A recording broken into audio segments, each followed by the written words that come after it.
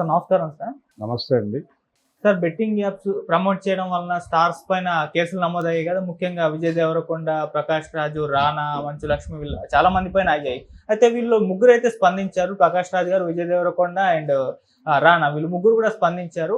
ప్రకాష్ రాజ్ గారు ఏమంటున్నారంటే 9 సంవత్సరాల కిందట చేసిన ప్రమోషన్ అది. ఆ తర్వాత తప్పని తెలిసి ఇప్పటివరకు దాని జోలికే వెళ్ళలేదని చెప్పేసి అన్నారు. అయినా కూడా విమర్శలు వస్తున్నాయి. అంటే 9 సంవత్సరాల కిందట చేసినప్పుడు అది తప్పని నీకు తెలీదా? దానివల్ల మోసపోతున్నారు, ప్రాణాలు పోతున్నారని చెప్పేసి నీకు తెలీదా అని ఆయన పైన. అటు విజయ్ దేవరకొండ కూడా ఇది లీగల్గా అన్ని సెట్ అయి ఉన్నాయి, యాప్కి అన్ని పర్మిషన్స్ ఉన్నాయి, అందుకే చేశానని చెప్పేసి ఆయన కూడా వాళ్ళ టీం కూడా స్పందించారు. దానిపైన కూడా వస్తున్నాయి. అన్ని ఓకే ఉంటే బెట్టింగ్ యాప్స్ని ప్రమోట్ చేస్తావా అని ఆయన పైన విమర్శలు. రానా కూడా ఇదే తరహా చెప్పాడు, ఆన్సర్ ఇచ్చే ప్రయత్నం చేశారు. ఏదేమైనా వాళ్ళ మీద విమర్శలు అయితే వస్తున్నాయి సార్. మరి వాళ్ళ స్పందనల పైన మీ ఒపీనియన్ ఏంటి సార్? అంటే ఇప్పుడు చేతులు కాలేక ఆకులు పట్టుకోవటం అనే ప్రోగ్రాం ఎలాగో ఉంటుంది. సో ఈ కాలటానికి కారణం ఏమిటి అనేది అన్వేషించాల్సి ఉంటుంది. ఈ కాలటానికి కారణం ఏమిటి అనేది అందరికీ తెలిసిన విషయమే. అంటే సెలబ్రిటీలని అప్రోచ్ అయ్యి, అయ్యా మేమేదో ఒక యాప్ డిజైన్ చేసుకున్నాం, దీన్ని కొంచెం ప్రమోట్ చేయండి అని ఎవరో అడుగుతారు. ఇది యాక్చువల్గా ఇప్పుడు ఒక మార్కెటింగ్ టీమ్స్ ఏర్పడిపోయినాయి.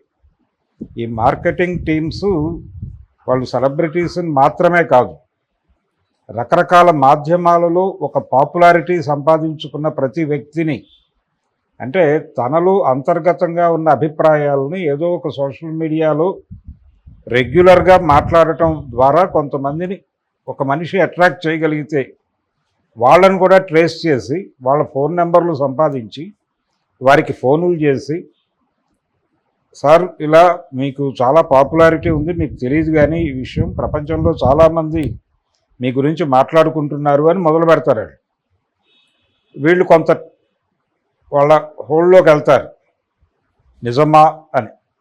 అక్కడ నెమ్మదిగా వాళ్ళని కన్విన్స్ చేసి, మీరు ఈసారి చేసే వీడియోలోనూ చెప్పేటువంటి రాసేటువంటి చోట ఎక్కడో చోట దీని గురించి 4 మాటలు రాయండి, రాస్తే కొంత హెల్ప్ అవుతుంది. కుర్రాళ్ళు ఏదో ప్రయత్నం చేశారు, ఒక యాప్ డిజైన్ చేశారు, కొంచెం వాళ్ళకి పుష్ ఇవ్వగలిగితే జీవితంలో ముందుకు పెడతారు, ఇలా మొదలవుతుంది. ఇదే మెథడాలజీ వాళ్ళు బిగ్ స్కేల్లో కొంతమంది దగ్గరికి వెళ్ళి అడుగుతారు. నిజానికి వాళ్ళు హెల్ప్ చేస్తున్నామనే ఉద్దేశంతో కూడా చేసి ఉండొచ్చు. డబ్బులు కూడా వస్తాయి దీంతో పాటు, వాళ్ళు పేమెంటు ఇస్తారు. అలాగే ఈ రకమైనటువంటి పుషింగ్ చేసి హెల్ప్ చేయండి అనేది అదో చారిటీ ప్రోగ్రామ్ లాగా కూడా అడుగుతారు. ఎలా కావాలంటే అలా టర్న్ చేసే విషయాన్ని అవతల వాడి దగ్గర నుంచి ఒక ఒప్పుదల సాధించి వాడితో ఆ పని చేయించడమే మార్కెటింగ్ స్ట్రాటజీ. అది చేయటానికి చాలా ఏజెన్సీలు ఏర్పడి ఉన్నాయి. ఇప్పుడు గతంలో ఎస్వి రంగారావు గారు బర్క్లీ సిగరెట్ తాగండి అని ఒక అడ్వర్టైజ్మెంట్ చేశాడు. అది పేపర్లో చాలా పాపులర్, ఇప్పటికీ గూగుల్లో దొరుకుతుంది ఆ ఫోటో. అలాగే చాలామంది, రామారావు గారిది కూడా వచ్చింది అలా సిగరెట్ ఇది పెట్టి, ఏదో సిగరెట్ తాగండి. సో అది ఆ రోజున వాళ్ళు స్మోకింగ్ని ఎంకరేజ్ చేశారు. అది తప్ప రైటా అంటే ఆ రోజుకి అది నడిచింది. దాని మీద తర్వాత వాళ్ళు ఎందుకు మానేశారో మేబీ అవేర్నెస్తో మానేసి ఉండొచ్చు కూడా. ఇలా చాలామంది ఈ అడ్వర్టైజ్మెంట్స్ ఎందుకు జనాల్లోకి పుష్ చేయడానికి, ఒక పాపులర్ ఫిగర్ ఎవరన్నా ఒక మాట చెప్తే దాని తాలూకా ప్రభావం అది కొంత పుష్ అవుతుంది అనేదే ఉద్దేశం. జనరల్గా ఇలాంటి కార్యక్రమాలు ఇప్పుడు చిట్ ఫండ్ కంపెనీలకి దానికి ఇనాగరేషన్కి పిలుస్తూ ఉంటారు. వాళ్ళు వచ్చి ఇనాగరేట్ చేస్తారు. ఏదో నాన్ బ్యాంకింగ్ ఆర్గనైజేషన్స్ చాలా వాటికి సినిమా సెలబ్రిటీస్ని పిలుస్తారు. వాళ్ళ వార్షికోత్సవాలకి, వాళ్ళ దగ్గర జరిగేటువంటి రకరకాల ఈవెంట్స్కి సినిమా వాళ్ళని పిలుస్తారు. అదో ప్రోగ్రామ్. రియల్ ఎస్టేట్ వెంచర్స్లో కూడా చేసినప్పుడు వాళ్ళు వస్తారు. అప్పటి వరకు దాని ఫ్యూచర్ బాగానే ఉంది, దాని భవిష్యత్తు బాగానే ఉన్నట్టుగా కనిపిస్తుంది. అప్పటి వరకు దాని నడక బాగానే ఉన్నట్టు రికార్డులు చెప్తాయి. ఈ ప్రాతిపదికన భవిష్యత్తు బాగుంటుందని అనుకుంటారు వీళ్ళు. సో ఈ ప్రొజెక్షన్ అంతా బాగానే ఉంది కదా అని అక్కడికి వచ్చి ఏదో మాట్లాడతారు. వీళ్ళు మాట్లాడి వెళ్ళిన 4వ రోజున వారు ఒక 50 కోట్లకో 100 కోట్లకో డేరా ఎత్తుతారు. ఎత్తిన తర్వాత వీళ్ళ పరిస్థితి ఏంటి? సో దీన్ని ఎలా మేనేజ్ చేయాలి అనేది అర్థం కాని పరిస్థితుల్లోకి వెళ్ళిపోతున్నారు. ఒక షాప్ ఇనాగరేషన్కి ఎవరో హీరోయిన్ని తీసుకెళ్తారు. ఆ తర్వాత అక్కడ ఏదో జరుగుతుంది. ఇది మీకు ఇంటెన్షనల్గా తెలిసి మీరు కూడా భాగస్వామి అంటే వాళ్ళు గందరగోళంలోకి వెళ్ళిపోతారు కదా ఆర్టిస్టులు. సో ఇలాంటివి కమర్షియల్ యాక్టివిటీస్ జరిగినప్పుడు ఏదో ఒకటి అటు ఇటు జరుగుతుంది. చాలా పెద్ద పెద్ద వాళ్ళకే ఇలాంటివి చుట్టుకున్నాయి. అంటే సమాజంలో చాలా గౌరవనీయ వ్యక్తులుగా కొనియాడబడుతున్నటువంటి వాళ్ళు కూడా ఏదో ఒక బలహీనతతో, అంటే వారి కులమను లేకపోతే వాళ్ళ సన్నిహితులను ఒక సాఫ్ట్ కార్నర్తో వెళ్ళి ఒక మాట చెప్దాం అనుకుని వెళ్ళి ఇరుక్కున్న సందర్భాలు కూడా ఉన్నాయి చాలా చరిత్రలో. ఎస్పి బాలసుబ్రహ్మణ్యం గారే ఇరుక్కున్నారు అలా స్వయంగా. ఒక అడ్వర్టైజ్మెంట్ చేసి ఏదో ఒక సాఫ్ట్ కార్నర్లో ఆయన వాళ్ళతో కనెక్ట్ అయ్యాడు. ఆ తర్వాత అదేదో ఇబ్బందుల్లోకి వెళ్ళింది ఆ వెంచర్. దాంతో ఆయన సఫర్ అయ్యాడు. అరే ఇలా అవుతుంది అనుకోలేదు కదా. అయితే ఆయన మీద ఉన్నటువంటి గౌరవ భావంతో ఎవరు దాని గురించి ఏం మాట్లాడలేదు. కానీ ఇలాంటివి రకరకాలుగా ఇబ్బందులు వస్తాయి జీవితాల్లోకి. అలా వచ్చిన ఇబ్బందుల్లో ఇప్పుడు విజయ్ దేవరకొండ, ప్రకాష్ రాజు అందుకో ఉన్నారు. వీళ్ళు ఆ రోజున డబ్బులకి టెంప్టై చేశారా, వాళ్ళు పెద్ద డబ్బులు ఇచ్చే పరిస్థితి కూడా ఉండదు. వీళ్ళు ఏదో చిన్న ఎండార్స్మెంట్ చేస్తారు, వాళ్ళు ఏదో 1 లక్ష రూపాయలు అని చెప్పారు నన్ను ఒక ఆవిడ పోలీస్ స్టేషన్. విష్ణుప్రియ.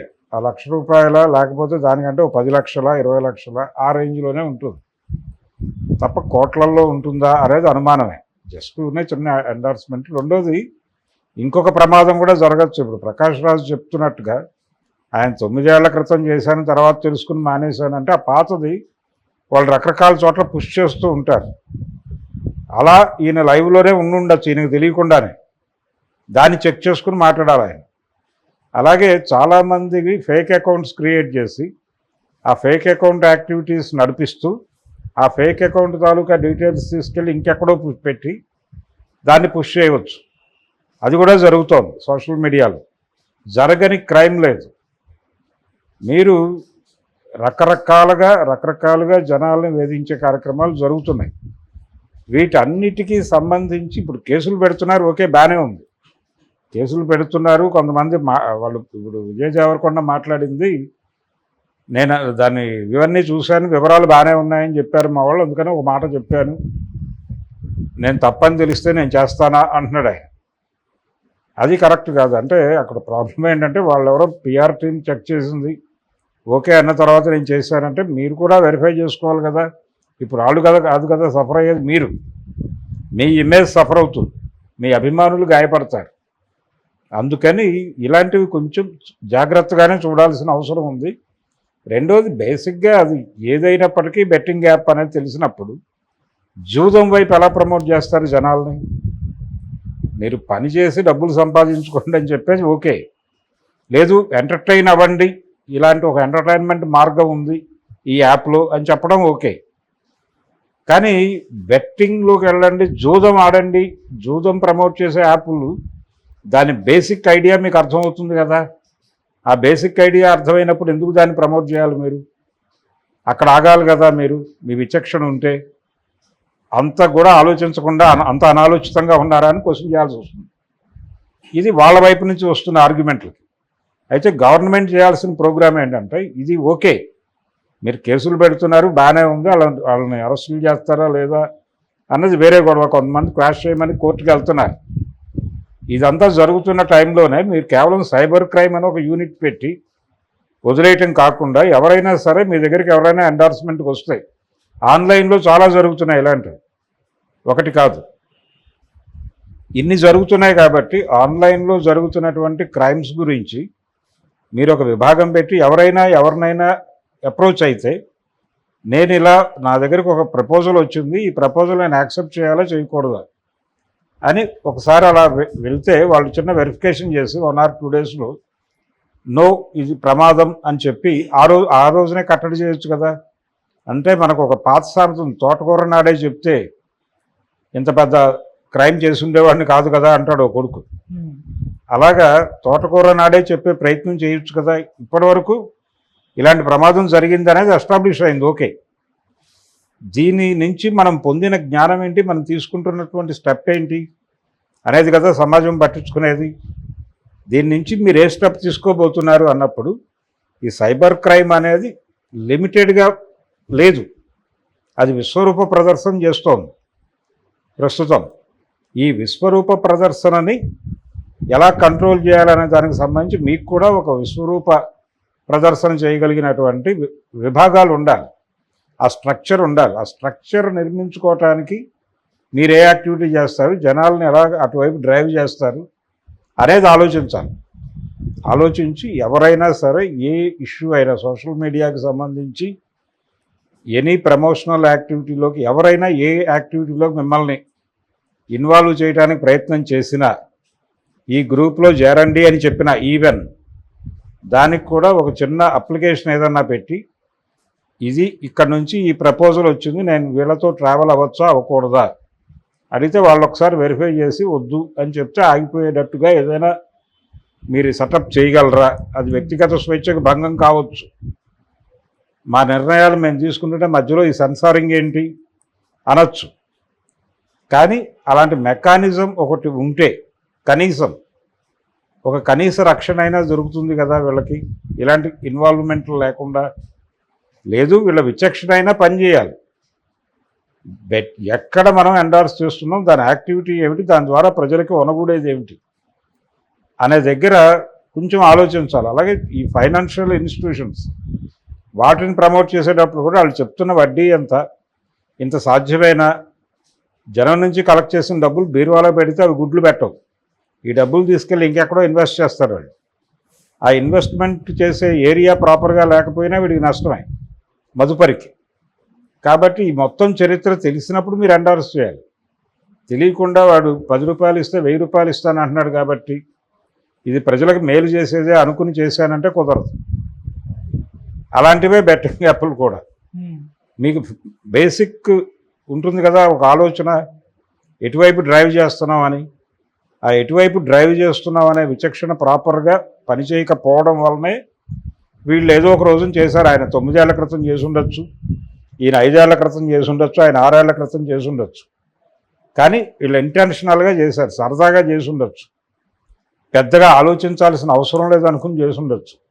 ఎవరైనా వాళ్ళని కొంచెం టెంప్ట్ చేసి ఉండొచ్చు. టెంప్ట్ చేయడం అంటే ఇది సామాజిక సేవ, నిరుద్యోగులు 10 మంది కుర్రాళ్ళు ఏదో యాప్ వేసుకున్నారు, కొంచెం ప్రమోట్ చేయండి, ఏదో బతికేస్తారు, అలా అప్రోచ్ అయ్యి అలా కూడా చేయించుకుని ఉండొచ్చు. ఇలా 100 రకాలుగా జరుగుతాయి.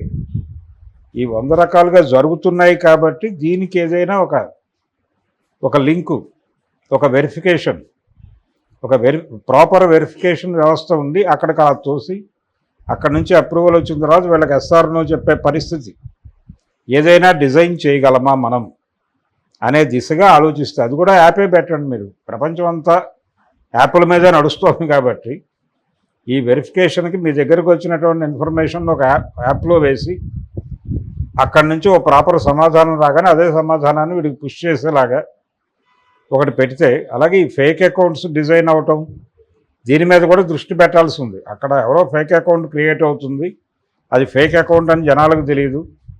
ఆయన మెసెంజర్లోకి వచ్చి ఏదో డబ్బులు కావాలంటాడు, ఆయన మీద ఉన్నటువంటి ఒక ఇంప్రెషన్తో డబ్బులు పంపించే వాళ్ళు పంపిస్తారు, అవి ఎటో వెళ్ళిపోతాయి, ఈయన ఇమేజ్ డ్యామేజ్ అవుతుంది. ఇలాంటి దారుణాలు చాలా జరుగుతున్నాయి. అలాగే ఆన్లైన్లో రకరకాల డెలివరీస్ చేస్తామని చెప్పి మీకు సోషల్ మీడియా వేదికల నుంచి మెసేజీలు వస్తాయి. మీరు అవి నిజం అనుకుని అక్కడ ఎంటర్ అయ్యి డిస్కషన్లోకి వెళ్తారు. వెళ్ళిన తర్వాత వాడు ఒక అడ్వాన్స్ పేమెంట్ చేయమంటాడు, వీళ్ళు చేస్తారు, తర్వాత వాడు కనిపించడు. ఎందుకు కనిపించట్లేదు నువ్వు అని చెప్పి వీళ్ళు వాడిని సోషల్ మీడియాలో అడిగితే వీడి ప్రొఫైల్ పిక్ తీసుకెళ్ళి వాళ్ళు ఒక దారుణమైన ఏరియాలో అక్కడ పోస్ట్ చేసి ప్రపంచం అంతా వీడి మొహం చూసేలాగా చేస్తారు. అది తీసేయమని అడిగితే వాడు మళ్ళీ డబ్బులు డిమాండ్ చేస్తాడు. ఇలా రకరకాల వేధింపులు జరుగుతున్నాయి ఆన్లైన్ ప్రపంచంలో. వీటిని కట్టడి చేయడానికి ఒక ప్రత్యేక విభాగం ఏదైనా ఉందా, అది ఏర్పాటు చేసుకోండి. ఓకే, అది ఏర్పాటు చేసుకోండి. వీళ్ళని కాపాడటానికి ఇంకేదైనా మెకానిజం పెట్టుకోండి. ఈ అనుభవం నుంచి మీరు ఏం చేస్తున్నారు అనేది చెక్ చేసుకోండి. కేసులు పెట్టారు, ఆనందమే. కేసులు పెట్టడంతో సరిపోదు. ఈ నేరాలు జరగకుండా ఉండటానికి మీరు తీసుకుంటున్నటువంటి చర్యలు ఏంటో చెప్పండి ప్రపంచానికి, అప్పుడు ప్రయోజనం. అందుకని విజయ్ దేవరకొండ, ప్రకాష్ రాజు వీళ్ళు చెప్పే ఆర్గ్యుమెంట్లో కూడా డొల్లతనమే ఉంది. డొల్లతనము అంటే ఇన్ ది సెన్స్ వాళ్ళకి బేసిక్స్ తెలుసు, అది అక్కడ జరిగే వ్యవహారం తెలిసినప్పుడు దూరంగా ఉండాల్సింది. మీరు దగ్గరికి వెళ్ళారు, ఏ కారణం చేత అయినా వెళ్ళి ఉండొచ్చు, అది తప్పని ప్రపంచం ముందు చెప్పేసేయండి. ఎందుకు దాని గురించి? అది ముందు ఎండార్స్ చేశాను, తర్వాత తప్పని తెలిసింది అని చెప్పడం కూడా తప్పే. ముందే మీరు పైగా ప్రపంచాన్ని జ్ఞానపరిచే పద్ధతిలో మాట్లాడుతూ ఉంటారు కదా, అలా మాట్లాడేటప్పుడు మరింత జాగ్రత్తగా మీరు వ్యవహరించాలి కదా. అందుకని ఎండార్స్మెంట్ల దగ్గర కొంచెం ఒళ్ళు దగ్గర పెట్టుకోవాలి అనేది చాలా కాలంగా ఉన్న ఇష్యూనే, ఈ రోజున కొత్త కాదు. థమ్సప్ ప్యాడ్ చిరంజీవి గారు చేసే రోజుల నుంచి ఈ గొడవ జరుగుతూనే ఉంది. కాబట్టి ఎందుకు అప్రమత్తంగా లేరు? 15 ఏళ్ల క్రితం గొడవ, 15 ఏళ్ళలో 20 ఏళ్ల క్రితం ఆయన రాజకీయాల్లోకి వెళ్ళడానికంటే ముందే జరిగిన గొడవ. సో కొంచెం ఇంకా కాన్షియస్గా ఉండాల్సిన అవసరం అయితే ఉంది. సెలబ్రిటీస్ మాత్రమే కాదు, ప్రపంచం అలర్ట్గా ఉండాల్సిన అవసరం ఉంది. సార్ ఇంకోటి ఏంటంటే సార్, వీళ్ళపైన ఫిలిం అసోసియేషన్స్ చాలా ఉన్నాయి, మా కానివ్వండి ఫిలిం ఛాంబర్, వీళ్ళు ఏమన్నా యాక్షన్ తీసుకుంటారనే చర్చ కూడా జరుగుతుంది. ఎందుకంటే నిన్న ఫిలిం ఛాంబర్ చైర్పర్సన్ దామోదర్ గారు స్పందించారు, మేము లెటర్ రాస్తాము, చర్యలు తీసుకోమని చెప్పేసి అంటున్నారు. అంటే ఏదైనా ఇష్యూలో ఇరుక్కున్నప్పుడు మా వాళ్ళు దూరం పెడుతూ వస్తుంటారు కదా, మరి ఇప్పుడు వీళ్ళపైన ఏమన్నా చర్యలు తీసుకునే ఛాన్సెస్ ఏమన్నా ఉన్నాయా సార్ మీ ఒపీనియన్లో? అంటే ఇందులో ప్రధానంగా యాక్టర్స్ ఉన్నారు. యాక్టర్స్ అందరూ మా అసోసియేషన్తో లింక్ అయి ఉండొచ్చు. మా అసోసియేషన్ వీళ్ళని మందలించవచ్చు. మందలింపులే ఉంటాయా లేకపోతే బహిష్కరణలు ఉంటాయా? ఇదిగో 5 ఏళ్ల పాటు బహిష్కరిస్తున్నాం లాంటి